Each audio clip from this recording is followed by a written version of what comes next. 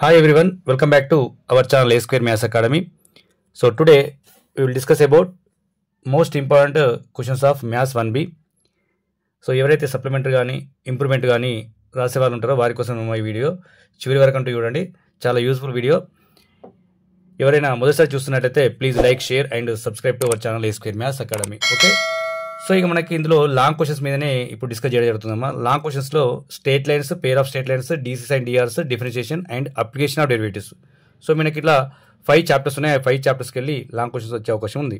ఓకేనా, so state లైన్స్కి వెళ్ళి మనకు మేజర్గా ఆర్థో సెంటర్ కానీ సర్కమ్ సెంటర్ మీద ఉన్న ప్రాబ్లమ్స్ కానీ లేదంటే foot of the perpendicular, image theorem, so వీటిని డిపెండ్ చేసుకొని మనకు ప్రాబ్లమ్స్ అడుగుతున్నామ్మా. సో ఆర్థో సెంటర్ మీద ఉన్న ప్రాబ్లమ్స్, సర్కమ్ సెంటర్ మీద ఉన్న problems, foot of the perpendicular, image theorem. ఓకేనా, so foot of the perpendicular, image theorem కూడా కొన్నిసార్లు షార్ట్ క్వశ్చన్ కూడా వస్తున్నాయి. సో వీటిని చూసుకుంటూ వెళ్ళండి. నెక్స్ట్ వచ్చేసి పేర్ ఆఫ్ స్టేట్ లైన్స్లో పేర్ ఆఫ్ స్టేట్ లైన్స్లో మనకి థీరమ్స్ మీద ఎక్కువ కాన్సన్ట్రేషన్ చేయండి అమ్మా. ఫస్ట్ 5 థీరమ్స్ ఉన్నాయి కూడా. సో ఫస్ట్ 5 థీరమ్స్ అయితే కంపల్సరీ చూసుకోండి. తర్వాత 6th, 7th, 8th, 9th అనేది ప్రాబ్లమ్స్ అమ్మ. సో ఇది సెకండ్ అంటే మనకు పేర్ ఆఫ్ స్టేట్ లైన్కి వెళ్ళి 2 లాంగ్ క్వశ్చన్స్ వస్తాయి. సో ఫస్ట్ లాంగ్ క్వశ్చన్ వచ్చేసి థీరమ్ స్కేల్లో కూడా క్వశ్చన్ అడుగుతారు. సెకండ్ లాంగ్ క్వశ్చన్ వచ్చేసి నెక్స్ట్ ప్రాబ్లమ్ స్కేల్లో ఒక క్వశ్చన్ అడుగుతాము. సో మనకు ఫస్ట్ 10 వరకు ఒక ప్రాబ్లమ్స్ చూసుకున్నట్లయితే ఒక కొంత మీకు ఐడియా వస్తుంది. వాటిని డిపెండ్ చేసుకుని మళ్ళీ నెక్స్ట్ లెవెల్ 2 ప్రాబ్లమ్స్ ఉన్నాయి. ఇందులో 16 or 17 వరకు ప్రాబ్లమ్స్ ఉన్నాయి. సో అవి సెకండ్ లెవెల్గా మీరు ట్రీట్ చేయండి. ఓకేనా, సో కంపల్సరీ 10 ప్రాబ్లమ్స్ అయితే మనకు చూసుకోవాల్సింది. 10 థీరమ్స్ వరకు, 10 ప్రాబ్లమ్స్ వరకు అయితే కంపల్సరీ చూసుకోండి. సో మిగతా అన్ని కూడా లెవెల్ 2 కిందికి వస్తాయి. ఒకవేళ కొంచెం హార్డ్గా ఇచ్చినప్పుడు ఈ మిగతా ప్రాబ్లమ్స్ వచ్చే అవకాశం ఉంటుంది. ఓకేనా, సో మ్యాక్సిమం అయితే ఫస్ట్ 10 ప్రాబ్లమ్స్కి వెళ్ళే మ్యాక్సిమం వచ్చే అవకాశం ఉన్నది. ఓకే, సో నెక్స్ట్ వచ్చేసి డీసీస్ అండ్ డిఆర్స్కి వచ్చేసరికి ఒక 4 ప్రాబ్లమ్స్ ఉన్నాయమ్మా.